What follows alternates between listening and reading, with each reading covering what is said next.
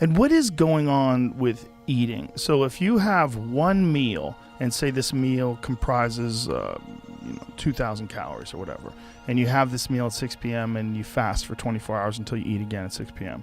If you have this one meal a day, why is it better to do that than to have, say, smaller meals of like 500 calories multiple times per day, little snacks?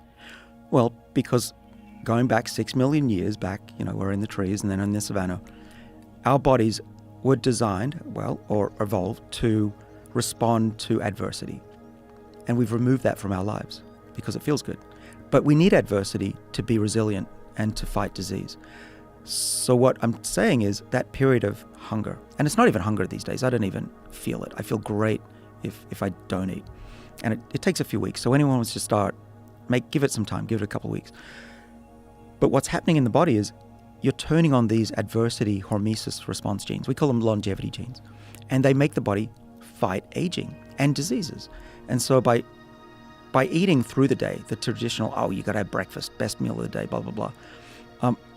First of all, it's not true that you need to be full or fed to think clearly. It's very clear that people who are fasting have as good, if not better, mental acuity. Okay, that's one. So I think that needs to be thrown out the window. And we're not talking about malnutrition or starvation too, let's be clear. But we are talking about lengthening that window of not eating.